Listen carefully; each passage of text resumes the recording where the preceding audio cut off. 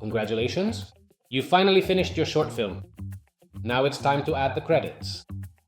Hello and welcome to Clean Film.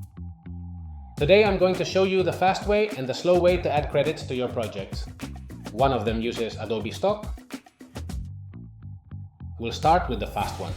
Adobe Premiere Pro has a tab called Essential Graphics. This tab has several editable graphics. These are the kind you just drag onto your video and edit.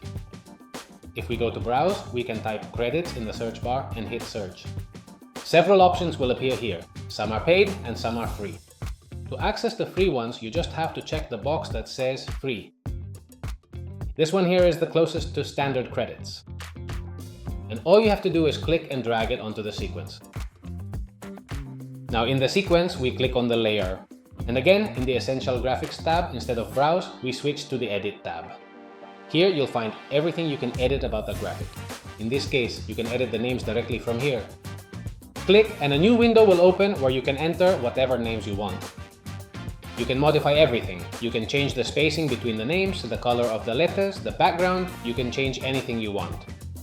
If you have this option is the one I recommend, but if you don't have access to Essential Graphics, you can do it manually. Let's open a new Google Drive document, for example, and there you'll write all the credits for your production. Copy all the text and go back to Adobe Premiere. In Premiere, create a new text layer and paste all the credits there. Then, using the Selection tool, which is the classic arrow icon that you can find in your toolbar, you can expand the area that is currently occupied by the text layer on your screen. To make it easier to see exactly what you're doing, change the view zoom level to 10%, which will give you a much broader perspective of your workspace. After adjusting the zoom, stretch the space for the text as much as you can, making sure to give the text layer plenty of room to display all the content clearly. Now let's move on to the next step. Go to the specific frame in your timeline where the credits are set to begin. Activate the position stopwatch, which allows you to animate the movement of the layer over time and then move the text layer downward so that it sits right at the very edge of the screen, ready for the credits to roll in smoothly. Go to the last frame. With the stopwatch still on, move the layer upwards. It's simply a matter of moving the position and the letters will start to scroll up. Once the last line of text has passed the edge of the screen, your animation is done.